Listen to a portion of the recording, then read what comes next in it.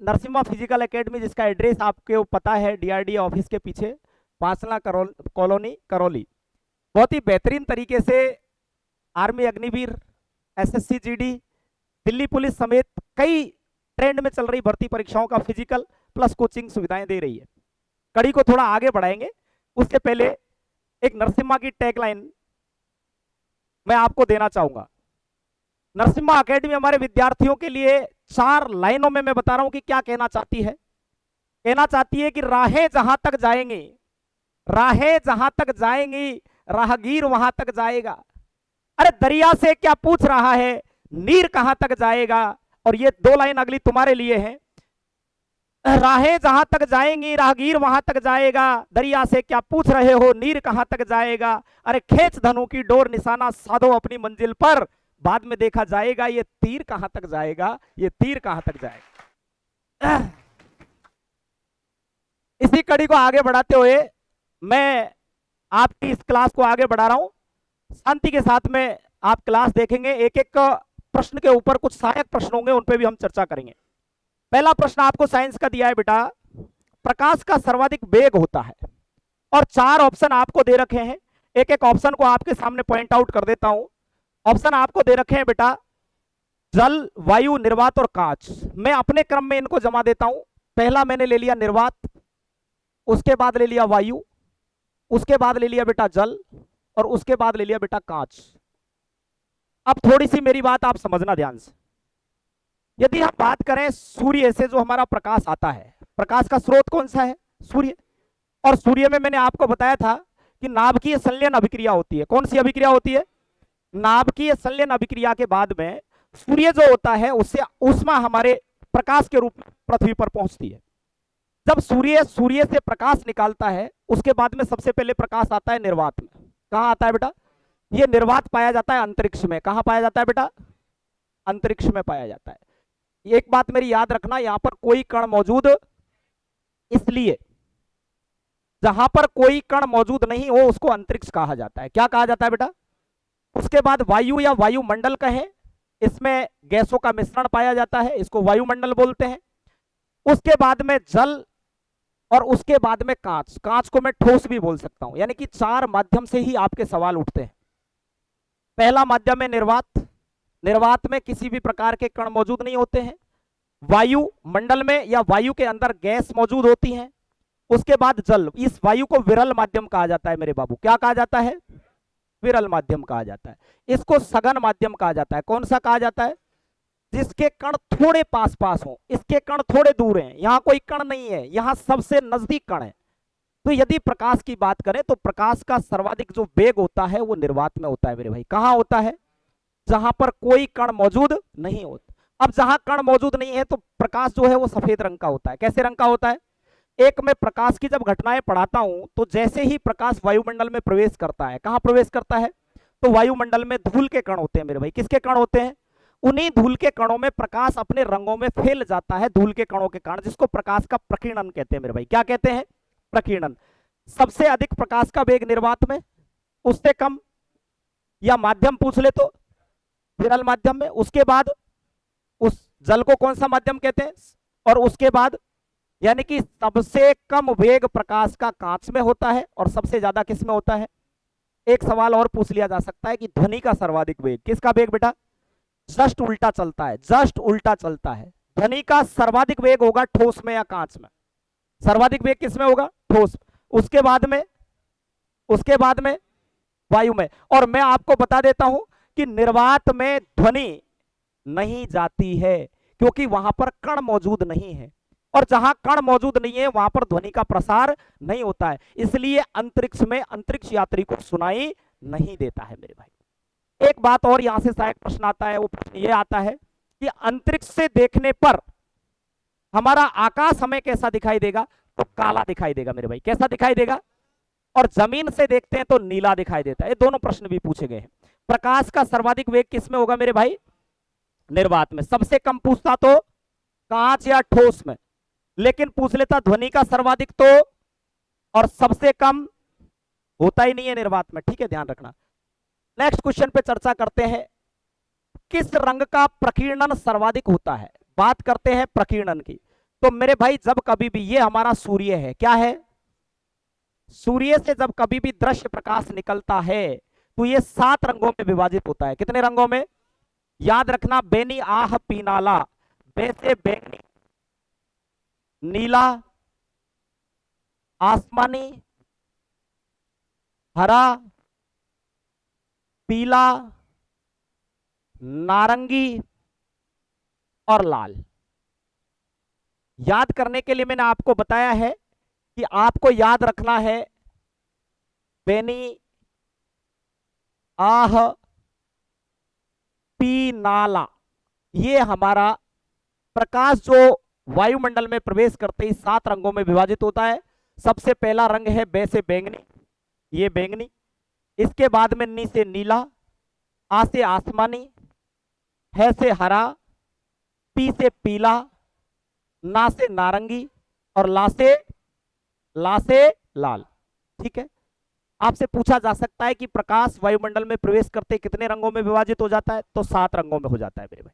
क्रम पूछ ले तो बेनी आह पीनाला। अब थोड़ा सा ध्यान देना, केवल ये जो लास्ट ही लास्ट में आया है इसकी एक चीज ही ज्यादा रहती है, बाकी सब कम होती है, और इसमें एक चीज ही कम होती है, बाकी सब ज्यादा होती है। देखिए, एक शब्द आता है जिसका नाम है तरंग दैर्घ्य। क्या नाम है बेटा, तरंग दैर्घ्य। सर्वाधिक तरंग दैर्घ्य होता है लाल रंग का। किसका होता है, सर्वाधिक। मैंने कहा एक ही चीज सर्वाधिक होती है और वो है हमारी तरंग दैर्घ्य।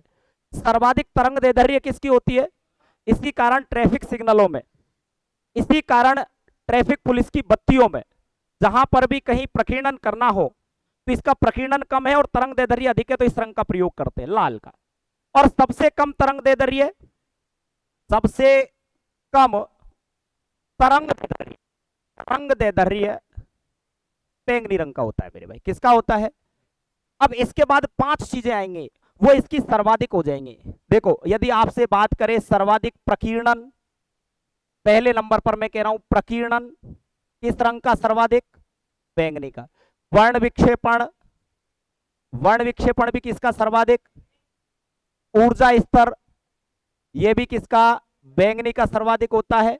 और एक मैं बताऊंगा आवृत्ति, क्या बताऊंगा बेटा, आवृत्ति, यह भी सर्वाधिक किसकी होती है, बैंगनी। तो याद रखना मेरे भाई, सबसे कम की बात करें तो बैंगनी का केवल तरंग दैर्घ्य सबसे कम होता है, बाकी इसका प्रकीर्णन भी सर्वाधिक होता है, वर्ण विक्षेपण भी सर्वाधिक होता है, ऊर्जा स्तर भी सर्वाधिक होता है और आवृत्ति भी सर्वाधिक होती है। यहां पर याद रखना, सर्वाधिक तरंग दैर्घ्य लाल रंग का होता है, उसके बाद में प्रकीर्णन की बात करें तो सबसे कम होता है, उसके बाद वर्ण विक्षेपण की बात करें तो वो भी सबसे कम होता है, ऊर्जा स्तर की बात करें तो वो भी सबसे कम होता है और आवृत्ति की बात करें तो वो भी सबसे कम होता है। प्रश्न यहां से बाहर अग्निवीर में नहीं जाएगा, मैं गारंटी ले रहा हूं आपको इस माध्यम से। तो आपको पता लग गया किस रंग का प्रकीर्णन सर्वाधिक है, बैंगनी का। और बैंगनी ऑप्शन में नहीं मिले तो, नीला नहीं मिले तो आगे के क्रम पे बढ़ते जाना। 2 प्रश्नों में हमने बात कर ली है, उम्मीद है कि हमारे जो ऑनलाइन के साथी हमें देख रहे हैं निश्चित रूप से उनको भी समझ में आ रहा होगा। कॉपी पेन बेटा जरूर साथ में ले लेना और हमारे साथ में आप कंधे से कंधा मिला करके चलेंगे।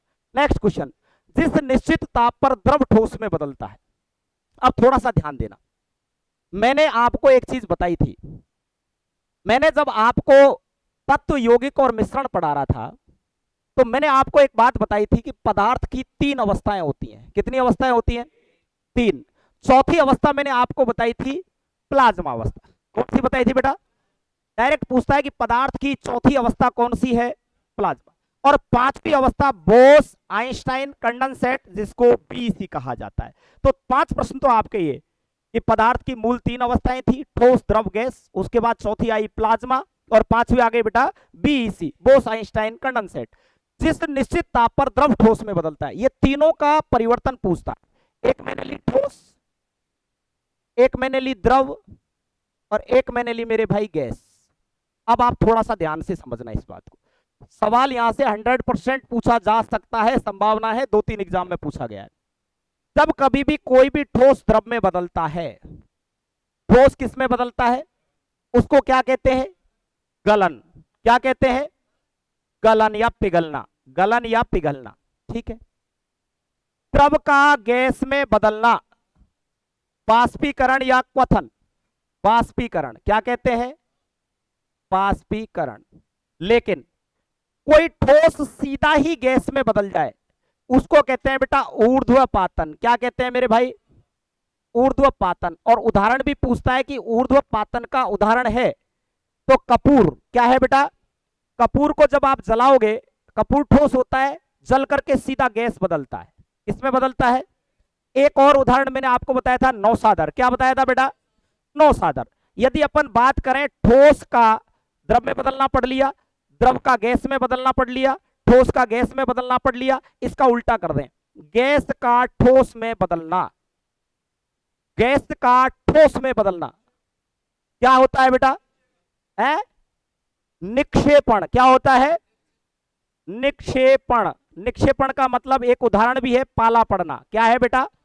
पाला पड़ना। तो यहां पर दिया था द्रव किस में बदल रहा है, अब इस द्रव को उल्टा बदल रहे हैं किसमें? ठोस में। अब द्रव जब ठोस में बदलता है तो उसको कहते हैं हिमीकरण या हिमांक। क्या कहते हैं बेटा? हिमांक। क्वथनांक का मतलब होता है उबलना, बाष्पन का मतलब होता है बाष्प बनना, और संघनन मैंने आपको क्या, गैस जब ठोस में बदलती है तो उसको संघनन कहते हैं। ठीक है, यहां पे आप अच्छी तरह समझ लें, द्रव किस में बदल रहा है? ठोस में। इस द्रव को उल्टा बदल रहा है ठोस में, क्या कहलाएगा? क्या कहलाएगा? हिमांक। है ना? और एक प्रश्न ये जो इसके आगे दे रखा है उस पर मैं थोड़ी चर्चा करता हूं। आप देखिए, हवाई जहाज से यात्रा करते समय पेन से स्याही निकलने लगती है, क्यों? थोड़ा सा ध्यान से समझना। इसमें एक शब्द आया है वायुदाब। सबसे पहले तो हमें समझना है कि वायुदाब क्या है। मेरे भाई, जो हमारे इर्द गिर्द चारों हवा है वो जमीन पर जितना दबाव डाल रही है उसी को वायुदाब कहा जाता है। वातावरण की हवा जमीन पर जितना दबाव डालती है उसको क्या कहा जाता है? वायुदाब। ठीक है, तो दबाव नीचे की तरफ ज्यादा आता है, ऊपर की तरफ जाती है तो हल्की होती जाती है। बात समझ में आया? नीचे की तरफ दबाव क्यों डालती है? क्योंकि पृथ्वी में एक बल पाया जाता है जिसका नाम है गुरुत्वाकर्षण बल, और गुरुत्वाकर्षण के बल के कारण कोई भी भारू वस्तु हमेशा नीचे की ओर आती है। तो हवा में वजन रहता है, मैंने बताया था, एक गुब्बारे का उदाहरण बताया था। तो जो हवा है वो जमीन पर दबाव डालती है। किस पर दबाव डालती है? और इसको मापने का यंत्र, सीधा सवाल पूछता है कि वायु दाब को मापने का यंत्र कौन सा है? वायु दाब को मापने का यंत्र कौन सा है? मापन यंत्र। तो मेरे भाई एक ही आंसर आता है, बैरोमीटर। क्या आता है? याद रखना, बहुत इंपॉर्टेंट सवाल है। बैरोमीटर वायु दाब को मापने का यंत्र है। अब मैंने आपको कहा कि गुरुत्वाकर्षण के कारण वायु नीचे आती है और जमीन पर फोर्स करती है, बैरोमीटर इसको नापता है, उसको वायु दाब कहते हैं। तो बात मेरी और समझ लेना। होता क्या है, जब वायु ऊपर उठाई जाए, कहां उठाई जाए? जैसे जैसे ऊपर जाएंगे वायु दाब कम होता जाएगा, और जैसे जैसे नीचे आएंगे वायु दाब बढ़ता। आपसे सीधा सवाल कर सकता है कि यदि ऊपर से वायुमंडल से जमीन की ओर आते हैं तो वायु का दाब बढ़ता है। क्या होता है बेटा? गुरुत्वाकर्षण के कारण। और जब जमीन से वायुमंडल की तरफ जाएंगे तो वायु का दाब क्या होता है? घटता है। तो मेरे भाई, हवाई जहाज से यात्रा कर रहा है तो आदमी कहां है? ऊपर है। कहां है बेटा? ऊपर गए तो वायु का दाब क्या होगा? कम की ज्यादा? तो वायु दाब में कमी के कारण पेन से स्याही निकलने लग जाती है। ये बात मेरी याद रखिए। एक एडिशनल क्वेश्चन यही था, वायु दाब को मापने का यंत्र कौन सा है? बैरोमीटर है मेरे भाई। ये आप दोनों प्रश्नों पे थोड़ा सा देख लेना, अच्छे प्रश्न है दोनों। आगे चलते हैं इसी कड़ी को आगे बढ़ाते हुए। 20वां क्वेश्चन आपके सामने कि 1 फीट में कितने इंच होते हैं? 1 दर्जन में कितनी वस्तुएं होती हैं? 12। ये भी याद रखना है। 1 गुरूस में कितना दर्जन होता है, ये पूछा गया सवाल है। 1 गुरूस बराबर होता है 12 दर्जन के। कितने दर्जन के? 1 दर्जन में 12, और 1 गुरूस कह दें इसका मतलब 12 दर्जन यानी कि 144 वस्तुएं। ठीक है, एक सवाल पूछता है कि शुद्ध सोना, कैसा सोना बेटा? शुद्ध सोना कितना कैरेट होता है? तो मेरे भाई 24 कैरेट होता है। ये बात भी याद रखना। 24 कैरेट का मतलब 100% शुद्ध होता है, 100% शुद्ध होता है। लेकिन 22 कैरेट जिसमें अपन ज्वेलरी बनाते हैं वो 91.6 हो जाता है यदि परसेंट में निकालेंगे तो। निश्चित रूप से ध्यान रखना कि ज्वेलरी सोना होता है वो 92.1% होता है, और शुद्ध सोना 24 कैरेट होता है वो 100% होता है। मिश्रण का उदाहरण है। मिश्रण का उदाहरण क्या है? तो आपको यहां पर सही आंसर लगेगा वायु। क्यों? क्योंकि मैंने 3 चीज आपको बताई थी। यदि हम परमाणु के साथ में गए, धातुओं के साथ में गए, आवर्त सारणी को पढ़ा, तो मैंने तीन चीजें बताई थी आपको। एक बताई थी बेटा तत्व, एक बताए थे यौगिक, एक बताया था मिश्रण। आपको ध्यान कैसे रहेगा कि कौन सा तत्व है, कौन सा यौगिक है और कौन सा मिश्रण है? तो पहली बात तो ये याद रखना, तत्व वो होगा जो आवर्त सारणी में होगा। किस में होगा बेटा? आवर्त सारणी। और आवर्त सारणी की बात करें तो आवर्त सारणी में कुल तत्वों की संख्या कितनी है? 118। आवर्त सारणी तीन चीजों में बटी हुई है, धातु, अधातु और उपधातु। कोई बता सकता है धातु कितनी है? 94 धातु है मेरे भाई। कितनी है?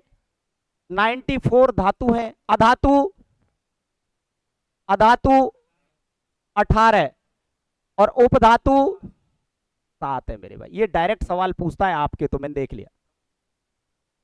सॉरी, 93 700 118, 93 कर देना इसको, 94 नहीं, कितना कर देना? 93, 93 700 और 18।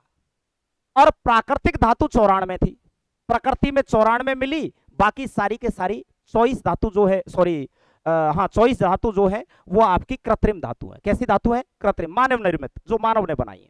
ठीक है, तो ये जो धातु आवर्त सारणी में लिखी जाती है, इनका अपना एक संकेत होता है मेरे भाई। क्या होता है?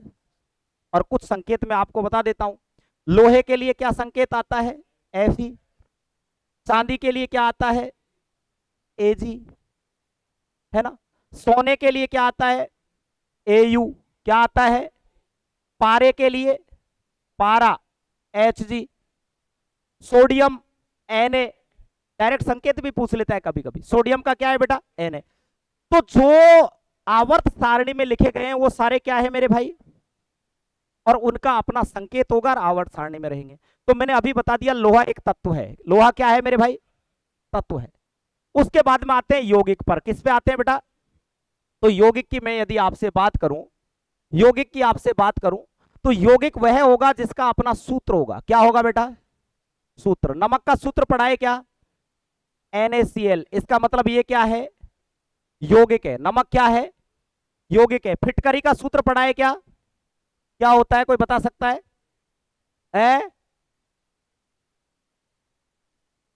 K2SO फेंक रहा है वैसे ही।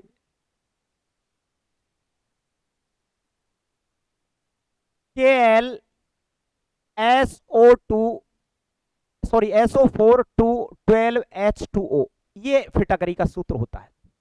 ठीक है, हाँ बड़ा होता है थोड़ा सा, बाकी आपके नहीं, अच्छे SSC GD लेवल पे पूछा जा सकता है ना। फिटकरी का है, नीले थोते का है, व्हाइट विट्रोल का है जिसको सफेद थोता कहा जाता है, उसका सूत्र ये पूछे जाते हैं। जिप्सम का है, ये पूछे जाते हैं। अपने काम से थोड़ा सा अपर है, आपको यहाँ देखना है मिश्रण का उदाहरण क्या है? वायु है। ऐसी चीज जो न तो आवर्त सारणी में है, नहीं जिसका सूत्र है, वो क्या है मेरे भाई? मिश्रण है। और मिश्रण में मैंने 5 उदाहरण आपको बताए थे।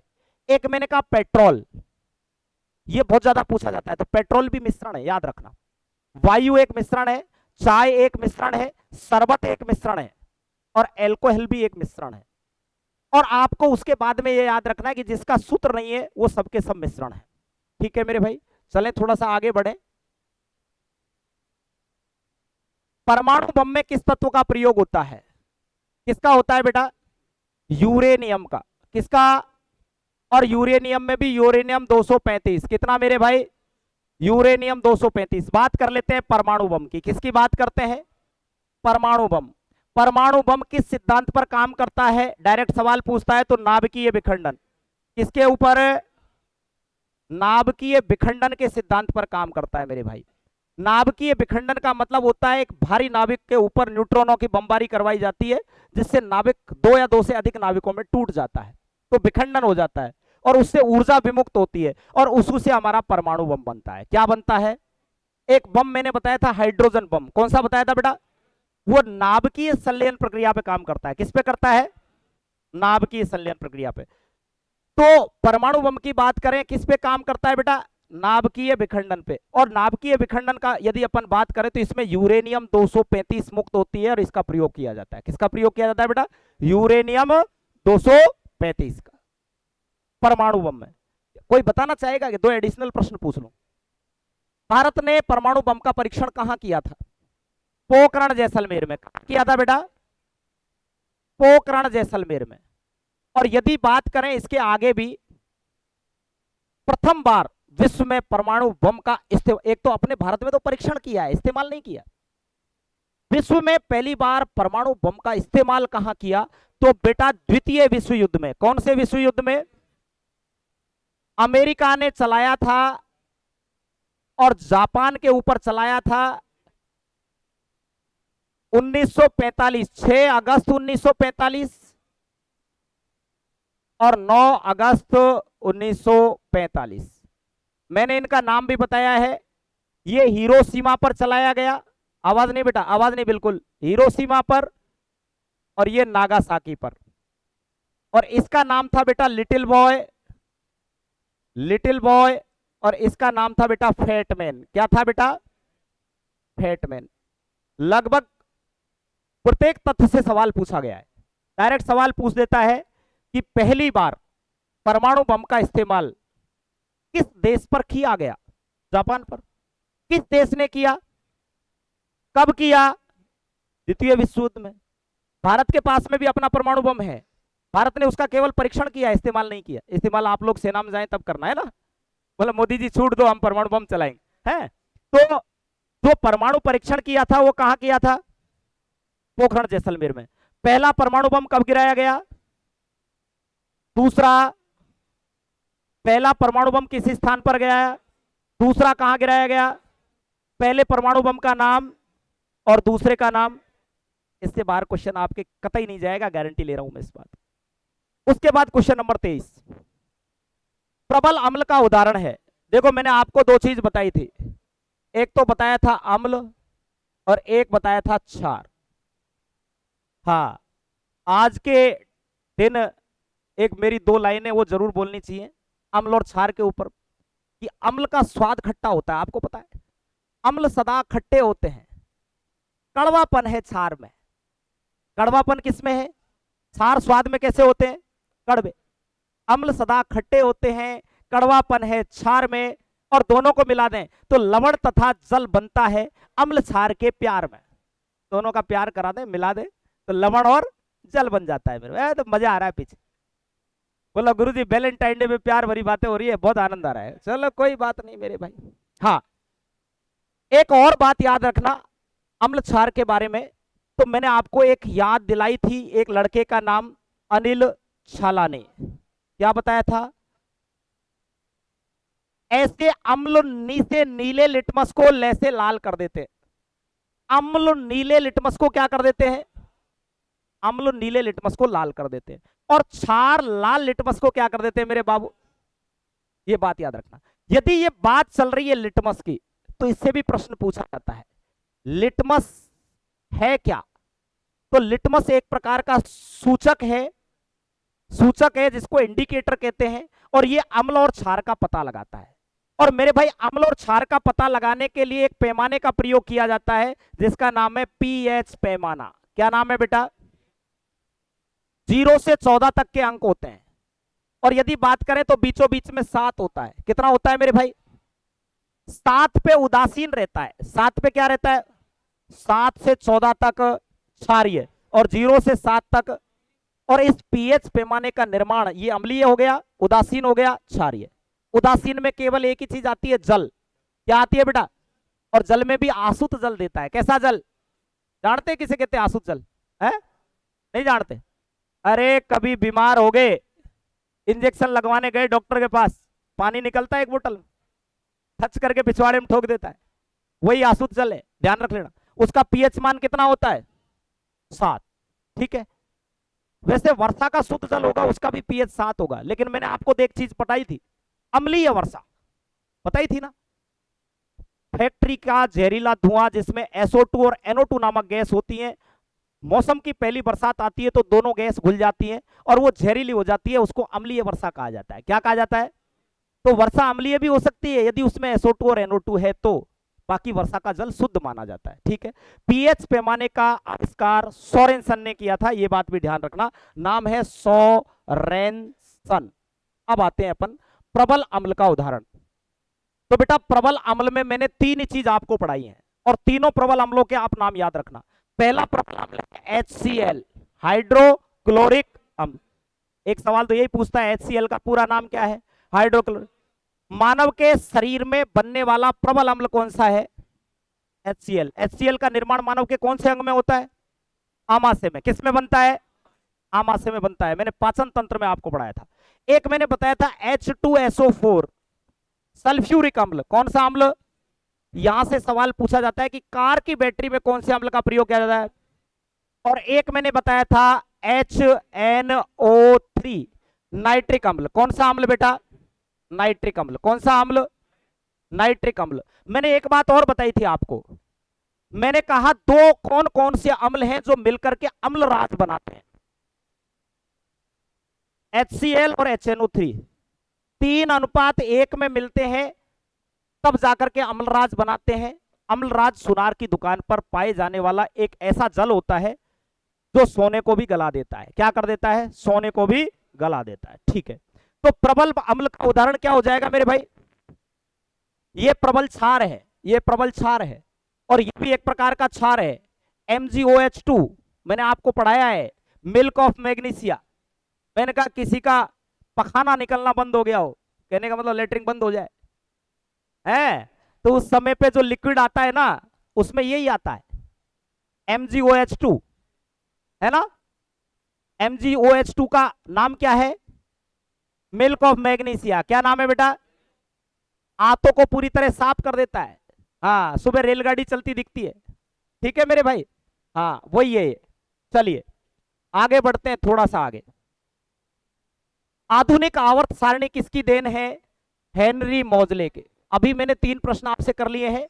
आधुनिक आवर्त सारणी में कुल तत्वों की संख्या 118, धातु 93, 93, अधातु 18, उपधातु। आवर्त सारणी जब बनी थी तो मेरे भाई सबसे पहले न्यूलैंड आया था। न्यूलैंड की मैंने एक ही बात लिखाई है कि इसने त्रियक का नियम दिया था। किसका नियम दिया था, त्रियक का नियम दिया था।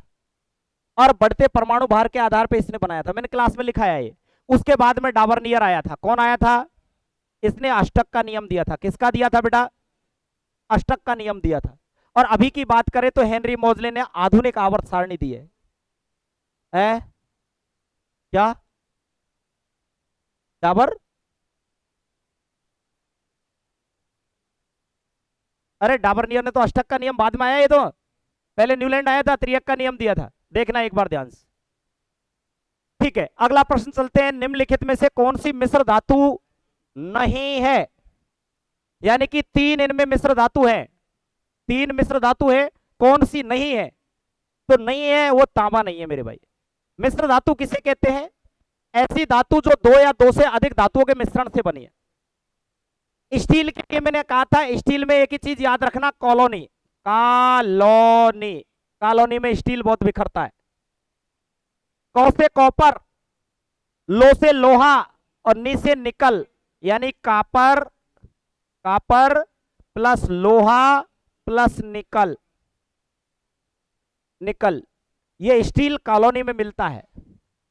जब कभी भी पति पत्नी के झगड़ा होता है ना, तो स्टील का कुकर ही देती है ले, तो स्टील बहुत बढ़ता है कॉलोनी में, है ना। तो स्टील कभी भी आए तो याद रखना कॉलोनी। क्या याद रखेंगे, स्टील में होता है कॉपर लोहा निकल, यानी 2 से ज्यादा धातु मिल गई, इसका मतलब ये तो मिश्र धातु है। उसके बाद चलते हैं पीतल। जब कभी पीतल याद आए तो कह देना पिताजी। क्या कहोगे, पी से पीतल में, ता से तांबा और जी से जस्ता, तांबा और जस्ता का मिश्रण है। तांबा प्लस जस्ता मिलकर के क्या बनाता है, पीतल। उसके बाद में आता है कांसा। क्या आता है बेटा, कांसा। हमारे रजवाड़े में कांसा कहते हैं खाना खाने को। किसको कहते हैं, खाना खाने को। राजपूतों में ऐसा होता है कि कंवर साहब आओ कांसा जिमो, है कांसा जिमा करके कंवर साहब को, कहने का मतलब जमाई साहब को पहले खाना खिलाते हैं, फिर लगा देते हैं टीका। क्या लगा देते हैं, तो पहले तो कांसा जिमाया, फिर क्या लगा दिया, टीका। तो टी से टिन और कापर मिलकर के कांसा बनता है। टिन और कापर मिलकर, कापर कहते हैं तांबा को, टिन और तांबा मिलकर के क्या बनाता है, कांसा बनाता है। चलिए थोड़ा सा आगे और बढ़ जाते हैं। आरबीसी का रोग है, आरबीसी का रोग ऑपरेटर साहब नहीं है, यह प्रश्न था। आरबीसी का रोग नहीं है, तो आरबीसी से एनीमिया भी होता है मेरे भाई, पॉलीसाइथेमिया भी होता है और थैलीसीमिया भी होता है। अच्छा अच्छा अच्छा, ओके ओके, उपयुक्त सभी है, उपयुक्त सभी, उपयुक्त सभी दे दिया ऑप्शन। क्या है? एनीमिया, थैलीसीमिया और पॉलीसाइथीमिया तीनों आरबीसी के रोग हैं। इसमें होता क्या है एक्चुअल में, आरबीसी की यदि थोड़ी सी बात कर लूं तो आरबीसी जो होता है वो रक्त में पाए जाने वाला एक घटक है। इसका आकार होता है बेटा उभयावतल। कैसा होता है? उभयावतल। इसके बीच बीच में इस प्रकार से एक पदार्थ बैठा रहता है जिसका नाम है हीमोग्लोबिन। क्या नाम है बेटा? हीमोग्लोबिन। ये वही हीमोग्लोबिन है जो हमारे शरीर में ऑक्सीजन पहुंचाता है हमारे शरीर में मेरे भाई। इसीलिए जो दुबला पतला आदमी है जिसके शरीर में खून की कमी है उसके अंदर हीमोग्लोबिन कम है, क्योंकि आरबीसी कम है। खून कम है तो आरबीसी कम है, आरबीसी कम है तो आरबीसी के ऊपर हीमोग्लोबिन कम है, और हीमोग्लोबिन कम है तो उसके अंदर ऑक्सीजन कम जाती है। ऑक्सीजन, फिर उसको आता है गुस्सा, क्योंकि उसको ऊर्जा नहीं मिलती है। ठोक दूला जा, मेरा मूड खराब मत कर दे। ये है क्योंकि ये वही हीमोग्लोबिन है जिस पर हमारा ऑक्सीजन चिपक करके हमारी बॉडी के लिए सप्लाई होता रहता है। मैंने आपको लिखाया है कि हीमोग्लोबिन का एक अणु ऑक्सीजन के 4 अणुओं का परिवहन करता है मेरे भाई, ठीक है। दूध में कौन सी शर्करा पाई जाती है? दूध में कौन सी है? गैलेक्टोज। कौन सी है? गैलेक्टोज। गैलेक्टोज शर्करा दूध में पाई जाती है। एक शर्करा है माल्टोज, एक शर्करा है लैक्टोज, और एक है सुक्रोज, और एक और बताई थी फ्रुक्टोज। कौन सी बताई थी बेटा? फ्रुक्टोज। समय का अभाव है इसमें मैं अभी ज्यादा नहीं बता रहा हूं, आगे मैं आपको दोबारा क्लास में पूरी एक एक डिटेल में पढ़ा दूंगा। आपको लिखा रखा है मैंने। विटामिन डी का रासायनिक नाम क्या नाम है बेटा? कैल्सीफेरोल। मैंने कहा एक ही चीज याद रखना, रथ एक टॉफी, हाँ टॉफी, टॉफी, ठीक है। ए, ये हमारी विटामिन का मैं नाम लिख रहा हूं, ध्यान रखना। विटामिन ए से रे, रे का मतलब हो गया, ए का नाम हो गया रेटिनॉल। क्या हो गया बेटा? रेटिनॉल। फिर आ गया बी, से थाइमिन। क्या नाम है बेटा? थाइमिन। सी, सी से ए, एस्कॉर्बिक अम्ल। क्या आ गया बेटा? एस्कॉर्बिक अम्ल, अम्ल। फिर आ गया डी, डी का मतलब हो गया क्या? कैल्सीफेरोल। क्या हो गया बेटा? कैल्सीफेरोल। फिर आ गया बेटा टो, टो से ई का नाम हो गया टोकोफेरोल। क्या हो गया? टोकोफेरोल। और फिर आ गया के, क्योंकि विटामिन एफ नहीं होता है, डायरेक्ट के ही होता है, और के का नाम हो गया फिनेक्यूनोन। क्या है? फिनेक्विनोन। ये इनके वैज्ञानिक नाम है। तो हमारे यहाँ रेटिनॉल दे रखा है, किसका है? ए का। कैल्सीफेरोल किसका है? डी का। थाइमिन किसका है? बी का। और एस्कॉर्बिक किसका है? सी का। हमसे किसका पूछा है? आंसर क्या हो जाएगा? कैल्सीफेरोल। मलेरिया रोग का कारण है मच्छर। मलेरिया रोग किससे होता है? मच्छर से होता है। कौन सा मच्छर है, कोई बता सकता है क्या? मादा एनोफ्लीज। कौन सा है बेटा? मादा एनोफ्लीज नामक मच्छर के काटने पर मलेरिया रोग हो जाता है। एक और बताऊंगा मैं आपको, एक रोग और होता है जिसका नाम आपने सुना होगा, डेंगू। कौन से मच्छर के काटने से होता है? एडीज एजेप्टी। क्या नाम है बेटा? डेंगू। ये वही डेंगू है जो आपकी प्लेट कम कर देता है। क्या कम कर देता है? प्लेटलेट्स बोलते हैं साइंस में उसे। क्या बोलते हैं? बकरी का दूध पीते हैं ना, हाँ, और पपीते के पत्ते का रस लेते हैं ना, हाँ वही है। तो मलेरिया किससे होता है बेटा? मच्छर से होता है। चलिए आगे बढ़ते हैं। मानव शरीर की सबसे छोटी इकाई, बहुत सारे लोगों ने परमाणु किया है मेरे भाई। परमाणु मैंने आपको बताया था भौतिक और रासायनिक विज्ञान में, पदार्थ की सबसे छोटी इकाई परमाणु है। किसकी? पदार्थ की सबसे छोटी इकाई क्या है? लेकिन मानव शरीर की सबसे छोटी इकाई क्या है बेटा? कोशिका। परमाणु मिलकर के अणु बनाते हैं और कोशिका मिलकर के ऊतक बनाती है। ये बात आपको ध्यान रहनी चाहिए। तो साइंस का हमने खात्मा कर दिया है। आगे बढ़ते हैं मैथ्स के सवालों पर। किसके सवालों पर? प्रथम 6 सम संख्याओं का औसत क्या है? देख लेते हैं। आवाज बिल्कुल नहीं होनी चाहिए, क्लास लाइव भी चल रही है, डिस्टरबेंस हो रहा है। प्रथम 6 सम संख्याओं का औसत। बेटा कभी भी बात करें सम की और कभी भी बात करें विषम की, तो एक तरीका तो मैं आपको ये बता देता हूं। जैसे पहली सम संख्या कितनी है? 2। दूसरी कितनी है? तीसरी कितनी है?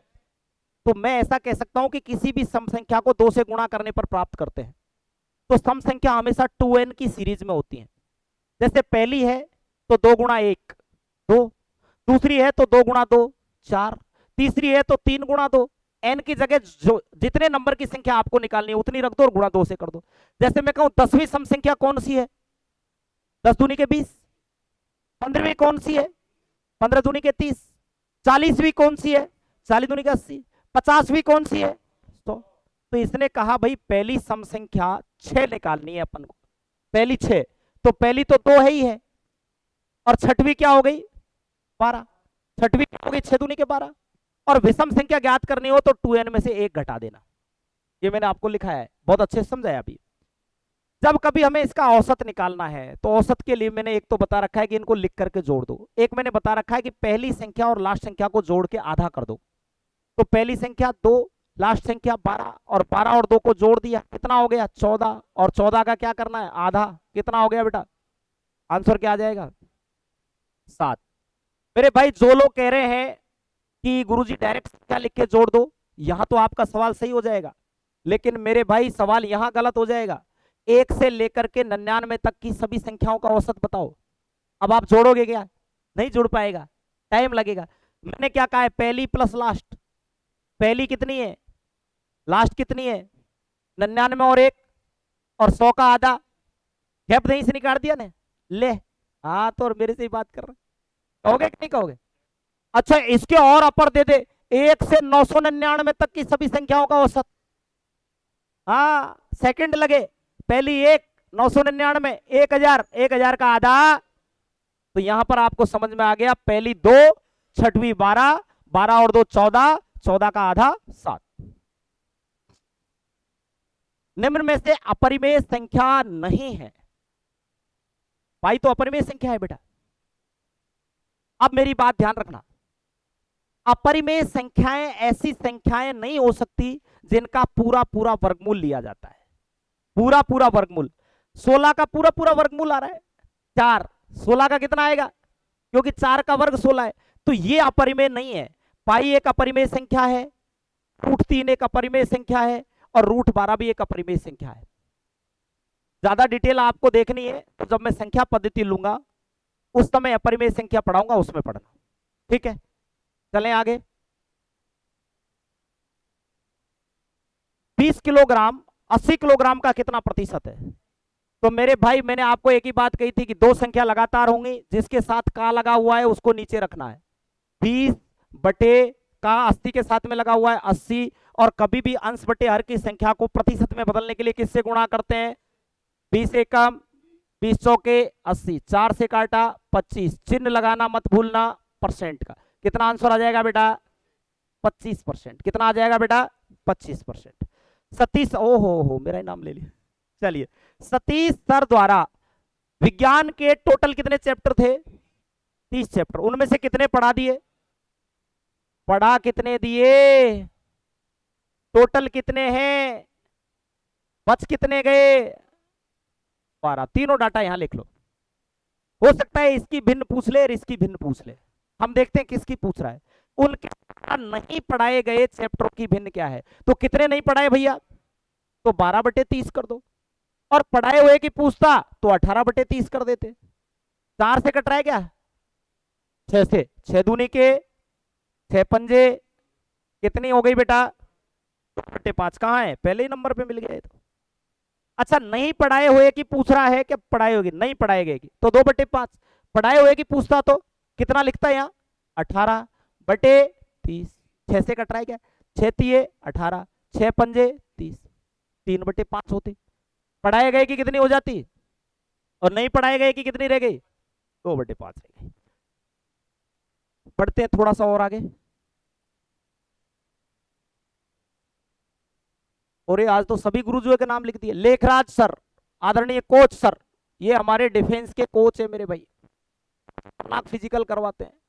निवेश की गई कोई धनराशि 5 वर्ष में स्वयं की कितने गुनी हो जाती है? मैंने आपको क्या बताया था भैया, जब कभी भी गुनी की बात करे तो आपको करना क्या है, गुनी में से एक कम करना है। गुनी में से क्या कम करना है? एक चीज दे रखी होगी और दूसरी पूछेगा, एक चीज दे रखी होगी दूसरी पूछेगा। समय दे रखा होगा तो दर पूछेगा, दर दे रखी होगी तो समय पूछेगा। तो भाई जो दे रखा है उसको नीचे रख देना। गुनी में से क्या कम करना है? एक। कितने गुनी दे रखी है? 2 गुनी। कितने गुनी?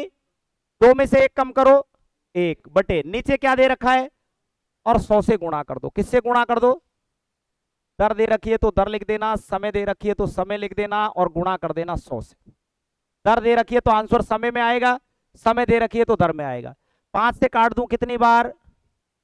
तो समय दे रखा था, अब दर आएगी 20%। दर कितनी आ जाएगी? 20%। एक सवाल और लेता हूं ऐसा ही। अब की बार इसने क्या दे रखा था? समय।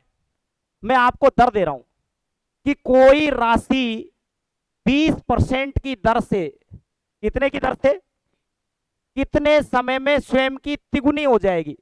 तिगुनी। और समय आपसे पूछ रहा है कितने समय में हो जाएगी मेरे भाई। तो देखो कितने गुनी कर रहा है, हमें क्या करना है? एक कम। तो कितना लिखूंगा? 2। अभी दे क्या रखी है? दर कितनी? 20। गुणा किससे करूंगा? आएगा जो समय आएगा। 20 एक कम, 20 पंजे 100, 5 दूनी के 10 वर्ष का समय लगेगा मेरे भाई। कितना लगेगा? 10 वर्ष का। क्लास में मैंने कम से कम 15 एग्जाम्पल बताए आपको। कप्तान सर द्वारा बनाए गए 10 मीटर भुजा वाले वर्ग का विकर्ण क्या होगा? देखिए ये वर्ग होता है, और वर्ग की आमने सामने की भुजाएं, यानी चारों भुजाएं इधर के आमने सामने की बराबर होती है। ये 10 है तो मेरे भाई ये भी 10 है, ये भी 10 है, और ये भी 10 है। विकर्ण किसे कहते हैं? विकर्ण का मतलब होता है यहां से यहां तक की माप, टेढ़ी माप विकर्ण कहलाती है। ठीक है। अब मेरे भाई एक बात याद रखना, यहां पर एक समकोण त्रिभुज आ गया। क्या आ गया? समकोण त्रिभुज। थोड़ा सा एग्जांपल बता रहा हूं, बहुत शॉर्ट बता दूंगा इसको। समकोण त्रिभुज की बात करें तो समकोण त्रिभुज का ये होता है मेरे भाई आधार। क्या होता है? ये होता है लंब। क्या होता है? और ये होता है कर्ण। जब कभी भी कर्ण निकालना हो तो इन दोनों का स्क्वायर करके अंडर रूट करते हैं। तो हमारे पास में देखो लंब है और आधार है, निकालना क्या है? कर्ण, टेढ़ी वाली भुजा। तो कर्ण निकालना है तो 10 का स्क्वायर प्लस 10 का स्क्वायर, आधार का स्क्वायर प्लस लंब का स्क्वायर, और इसका क्या करेंगे? Under root. तो 10 का स्क्वायर 100 प्लस 100 का क्या करेंगे? Under root. 100 का स्क्वायर कितना होता है? 10 प्लस 10 का क्या करेंगे? Under root. क्या करेंगे बेटा? Under root. देखिए 1 मिनट के लिए व्यवधान है थोड़ा सा, चलिए ऊपर लिख देता हूं इसको। 100 प्लस 100, अब ये 100 और 100 यहां से हटाओ एक बार। 100 और 100 कितना हो गया? 200। कितना हो गया? क्या इस 200 को मैं दोबारा ऐसे लिख सकता हूं कि 100 गुणा 2? एक ही बात, 100 गुणा 2 यानी 200। अब ये 100 का पूरा पूरा मूल आ जाएगा 10, ये रह जाएगा √2। एक बात और बता देता हूं, आप कभी भी आपको ये सॉल्यूशन करने की जरूरत नहीं है। आपको एक ही बात याद रखनी है कि किसी भी वर्ग का विकर्ण उसकी भुजा का √2 गुना होता है। जितनी भुजा है उसके आगे √2 चिपका दो। ये 10 है तो ये कितना हो जाएगा? 10 √2। ये 5 है तो ये कितना हो जाएगा? 5 √2। ये 8 है तो कितना हो जाएगा? 8 √2। ये 24 है तो कितना हो जाएगा? 24 √2। ये 70 है तो कितना हो जाएगा? 70 √2। वर्ग का विकर्ण उसकी भुजा का अंडर √2 गुना होता है। ठीक है।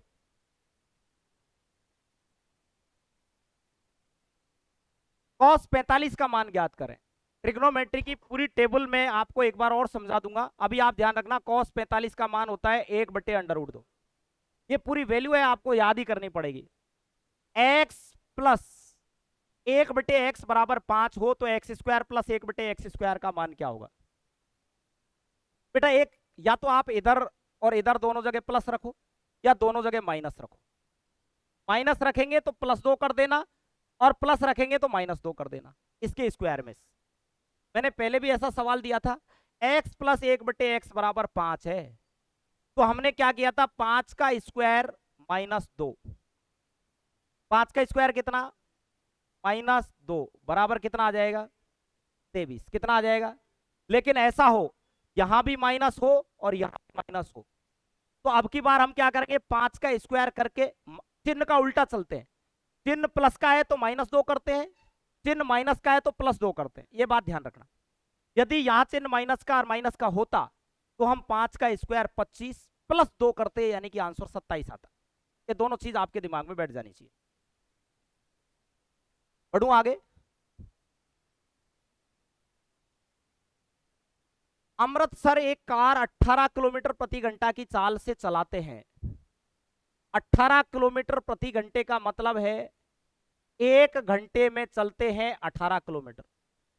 यहीं से पकड़ो आप, प्रति घंटा यानी 1 घंटे में कितना चलते हैं, 1 घंटे में कितना चलते हैं, तो 2 घंटे में 36, 3 घंटे में 54, 18 × 3 = 54, और 4 घंटे में पूछ रहा है तो 18 चौके 72 किलोमीटर चल जाएंगे। बहुत सीधा सवाल है। हरिशंकर सर किसी काम को 25 दिन में करते हैं। ये हमारे हरिशंकर जी हैं।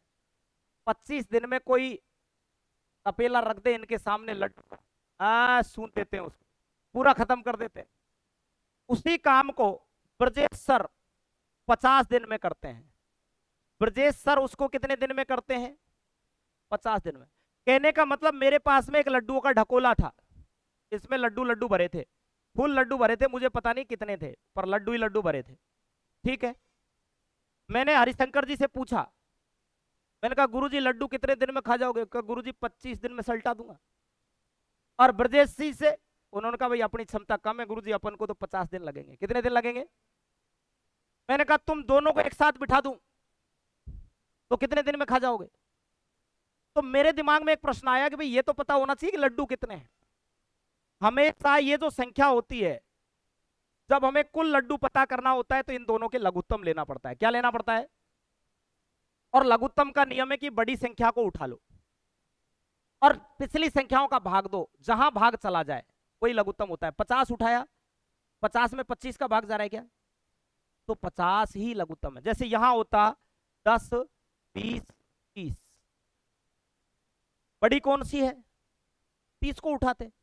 30 में 20 का भाग जा रहा है क्या, नहीं जा रहा, तो 30 दूनी के 60, 60 में 30 का जा रहा है, 20 का जा रहा है, 10 का जा रहा है, 60 लघुत्तम हो जाता है। तो यहां लघुत्तम कितना हो गया, यानी कि टोटल वर्क, टोटल लड्डू कितने हो गए।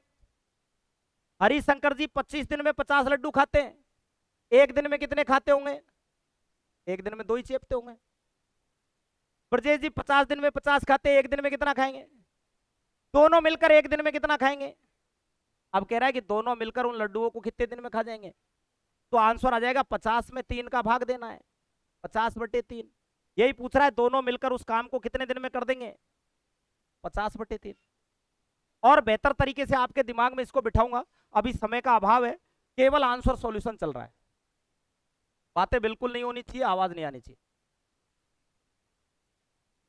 क्वेश्चन नंबर 41, 2 + 3 - 5, 2 + 3 - 5 × 7 भाग 7।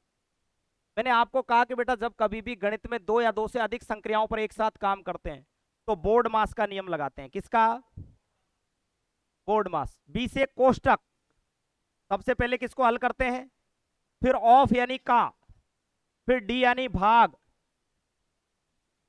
एम यानी गुणा, ए यानी एडिशन जोड़, और एस यानी सब्ट्रैक्शन बाकी। इस प्रकार से हल करना होता है।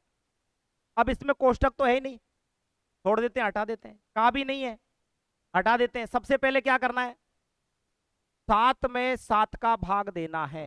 क्या है, 1 आ गया, इसकी कहानी यहां खत्म हो गई, हमारे पास बच गया 1। फिर क्या करूंगा बेटा, 5 × 1 यानी कि -5। अब हमारे पास बच गया 2 + 3 -5 × 1 किया तो माइनस। अब क्या करूंगा बेटा, जोड़ तो पहले ये दोनों जोड़ेंगे प्लस प्लस वाले, 3 और 2, ये तो 5 प्लस के और ये 5 माइनस के, लास्ट में बाकी करो, क्या बच रहा है, आंसर क्या आ जाएगा बेटा, 0 आ जाएगा। ठीक है, बोर्ड मास नियम का पालन करना होता। एक संख्या का बहुत इंपॉर्टेंट सवाल है, आपको ध्यान रखना है, कभी भी 2 संख्या और उनका लघुत्तम महत्तम दे तो निश्चित रूप से आपको यह याद रखना है, पहली संख्या गुणा दूसरी संख्या हमेशा बराबर होती है लैसे पे गुणा मैसे पे। एक तरफ तो दोनों संख्याओं का गुणा आता है और एक तरफ लैसे पे और मैसे पे का गुणा आता है। 4 में से 3 चीज आपको दे देगा, चौथी चीज आपसे पूछेगा। तो भाई क्या क्या दे रखा है? मैसे पे कितना दे रखा है? 4 गुणा लैसे पे कितना दे रखा है? 140। चिन्ह लगा दूं बराबर का। पहली संख्या कितनी दे रखी है? 20। कौन सी संख्या निकालनी है? सेकंड निकालनी है। रख दिया क्रम से, काट दें, 0 से 0 को उड़ा दें, 2 एकम 2 सत्ते। अब इधर तो बच गई सेकंड नंबर की संख्या बराबर 7 चौके क्या आ जाएगी बेटा? 28 आंसर आ जाएगा। ये चीज आपके दिमाग में सेटिस्फाइज हो जानी चाहिए। ये चीज बहुत ही इंपॉर्टेंट है और लगभग अग्निवीर में अब तक 3 से 4 सवाल पूछ लिए। हर साल एक सवाल आता ही आता है, आप पेपर चेक कर सकते हैं। बढ़े आगे। संतराम सर और सरपंच सर की आयु का अनुपात 2:3 है। ये संतराम है, ये सरपंच है। आयु का अनुपात कितना है? 2:3। भैया कुछ नहीं दे रखा हो तो ये वर्तमान का अनुपात माना जाता है। और इधर की तरफ वास्तविक संख्या आती है। आयु का अंतर क्या दे रखा है? कितना है बेटा? अब एक बार याद ध्यान से देखिए, इधर तो आपको अनुपात लिखना होता है। क्या लिखना होता है? और डंडे के इधर आपको वास्तविक संख्या में अंतर हो सकता है, योग हो सकता है, संतराम की आयु हो सकती है, दूसरे सरपंच साहब की आयु हो सकती है, उनका गुणनफल हो सकता है, उनका वर्ग हो सकता है, जो भी हो वो यहां रख देना है। अभी क्या दे रखा था? हमने लिख दिया अंतर। कितना? अब मेरे भाई यहां पर देखना, यदि ये अंतर है तो हमें भी अनुपातों का क्या करना है? अंतर ही करना है। ये योग होता तो हम क्या करते? यदि ये सरपंच की आयु होती तो 3 के बराबर करते, यदि ये संतराम की आयु होती तो 2 के बराबर करते। मेरे भाई यहां अंतर है तो हमने भी अंतर कर दिया। हमारा अंतर है 1। 1 बराबर कितने के? 1 का मान कितना आ गया? 10। 1 का मान 10 है तो 2 का मान, 1 का मान 10 है तो 3 का मान। अभी इसकी उम्र कितनी है? इसकी कितनी है? लेकिन ये अभी की नहीं पूछ रहा है, ये कह रहा है 15 वर्ष बाद। आप अभी 20 वर्ष के हैं, 15 साल बाद में 15 और बढ़ जाओगे, बढ़ोगे कि नहीं बढ़ोगे? तो 20 और 15 35 का तो ये बाबू हो जाएगा, और 15 ही ये बढ़ जाएगा, यानी कि ये 45 का हो जाएगा। दोनों की आयु का योग पूछ रहा है तो 45 + 35 बराबर हो जाएगा मेरे भाई 80। कितना हो जाएगा? अच्छा, दोनों की आयु का अंतर तो 45 और 35 का अंतर कितना हो जाएगा बेटा? 10 वर्ष का अंतर हो जाएगा। योग पूछता तो कितना हो जाता बेटा? 80 वर्ष हो जाता। ठीक है। मोंटी किसी वस्तु को 400 रुपए में खरीदता है। कितने रुपए में? खरीदने को कहते हैं क्रय मूल्य। कितने में खरीदता है? 400 रुपए। और 20% लाभ पर बेचता है। मैंने आपको बताया था लाभ होता है तो 100 में जुड़ जाता है, बाकी होती है तो सॉरी हानि होती है तो 100 में से घट जाती है। तो लाभ हुआ 20%, तो गुणा किससे करूंगा? 120। 100 में जुड़ेगा ना, लाभ है इसलिए, बटे 100। 0 0 0 0। 12 को 40 से गुणा करेंगे, 1 0 की 0, 12 के 48। क्या आंसर आ जाएगा? 480 रुपए में।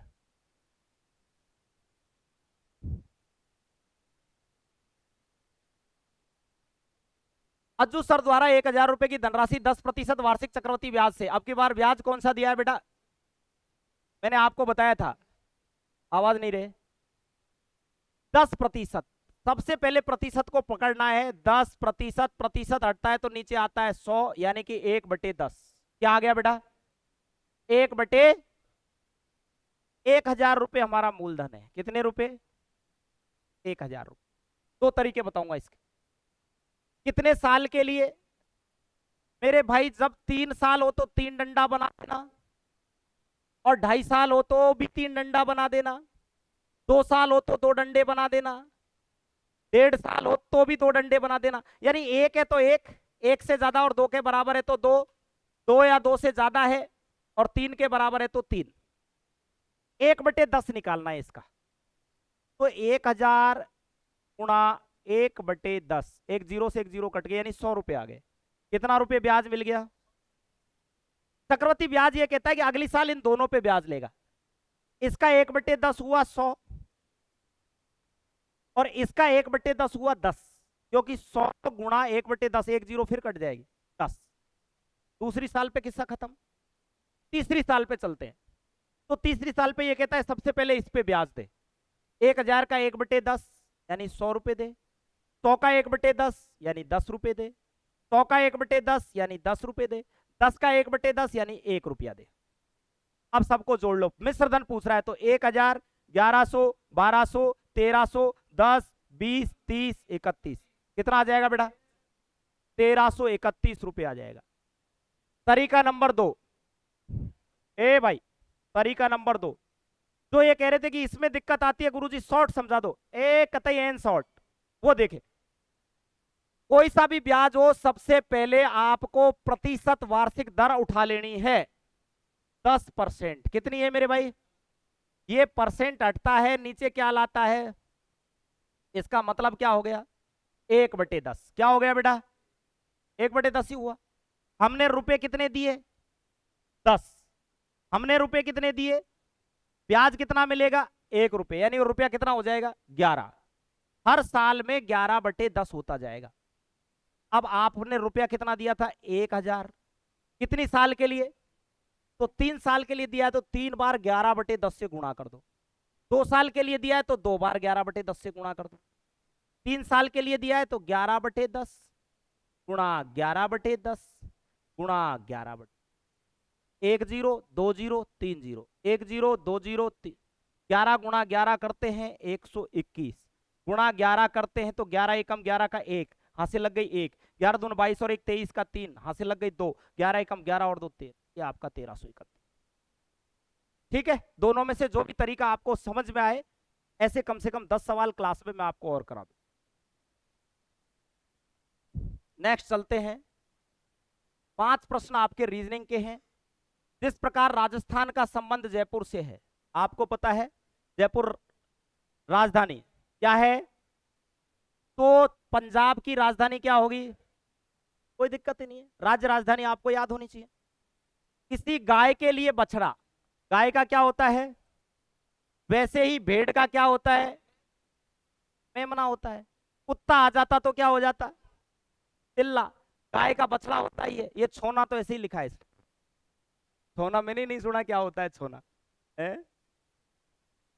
हाँ, ये सवाल थोड़ा सा इंपॉर्टेंट है, इसको थोड़ा ध्यान से देख लीजिए। इसने लिखा है 11 गुणा 11, 11 गुणा 11 बराबर 4। तो मेरे भाई यहां पे पूरा तर्क लगाना है। 11 गुणा 11 बराबर 4 आता ही नहीं है, तो आप देखिए कैसे आएगा। देखो, इन दोनों को जोड़ दूं और इन दोनों को जोड़ दूं, 1 और 1 गुणा 1 और 1 बराबर, आ गया क्या? हाँ बैठा तो सही। 22 गुणा 22, दोनों को जोड़ दूं, 2 और 2 कितना? गुणा 2 और 2 कितना? 4 चौके, आ गया क्या? तो ऐसे ही हमें करना है 33 गुणा 33, यही करना है। दोनों को जोड़ दूं 6, दोनों को जोड़ दूं 6, 6 गुणा 6 बराबर, आंसर क्या सही हो जाएगा? 1 3 5 7 9 11 13। करेक्शन देख लेंगे अपन, कोई दिक्कत नहीं। ये नहीं था है? हाँ, क्वेश्चन गलत दे दिया। आपके में दे रखा था 2 3 5 7 और ये दे रखा था। अगला क्रमांक बताओ, यही दे रखा था ना। अब दोनों को दिलवाने का एक औचित्य है। जब सीरियल आपकी 1 से चालू हो, किससे चालू हो, और 2 का अंतर हो, तो वो लगातार विषम संख्या है। कौन सी संख्या है? 1 से चालू हो, किससे चालू हो? मेरे भाई याद रख लेना, 1 से चालू हो तो विषम। 1 फिर 3 फिर 5 फिर 7 फिर 9 फिर 11, आंसर आ जाएगा 13। ये लगातार विषम संख्या चल रही है। लेकिन 2 से चालू हो तो वो अभाज्य संख्या है। कौन सी है? तो पहली आवाज 2 फिर 3 फिर 5 फिर 7 फिर 9 मत कर देना मेरे भाई, क्या आएगा? लगातार चलने वाली अभाज्य संख्या। 1 से 100 तक अभाज्य संख्या कितनी होती है? 25। कितनी होती है? पहली अभाज्य संख्या 2। एकमात्र सम अभाज्य संख्या 2। युग्म अभाज्य संख्याओं के 1 से 100 तक कितने जोड़े पाए जाते हैं? अरे बारे मेरे शेरों, 8 पाए जाते हैं। आपको तो याद है, बहुत तगड़ा है। क्लास में जोरदार तरीके की चीजें आपको बताई जाती हैं, एक बार वो पढ़ लेंगे, उससे ओवर नहीं आएगा। उससे ओवर नहीं आएगा, थोड़ा सा तो अपर लेवल लेके चलेंगे, तभी तो हमारा मुकाबला होगा पूरे देश के बच्चों से, है ना? तो थोड़ा सा अपर लेके चले। तो और बता दो मुझे आवाज संख्या के बारे में। मैंने आपको बताई 2 चीजें। पहली बात तो मैंने कही थी, 2 अभाज्य संख्याओं का में से पे हमेशा कितना होता है? वेरी गुड मेरे भाई, कितना होता है? 1। और 2 अभाज्य संख्याओं का लैसे पे सदैव उनका गुणनफल होता है। ये दोनों बात भी मैंने आपको बताई, ठीक है? हाँ, 2 3 5 7 11 13 17 19 23 29 31 37 41 43 43 53 59 61 67 71 73 79 83 89 97, 1 से लेके 100 तक 25 अभाज्य संख्याएं होती। और एक बात और बताई थी, 2 अंक या उससे बड़ी कोई अभाज्य संख्या है तो उसका इकाई अंक या तो 1 होगा, या 3 होगा, 7 होगा, 9 होगा। बताइए ना।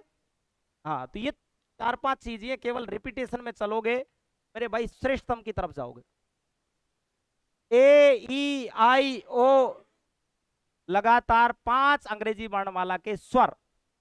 पहला स्वर ए ई आई ओ यू, स्वर 5 होते हैं, 21 व्यंजन होते हैं। तो ये था आपका पेपर एनालिसिस। बेहतरीन क्लासें। आजा बेटा, हेलो, आगे आजा।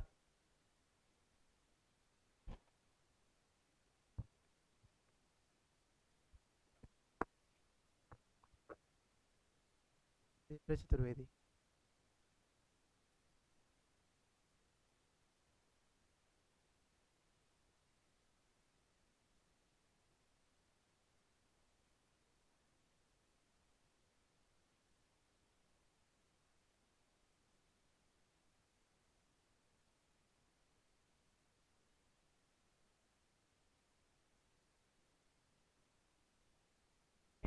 जय भारत।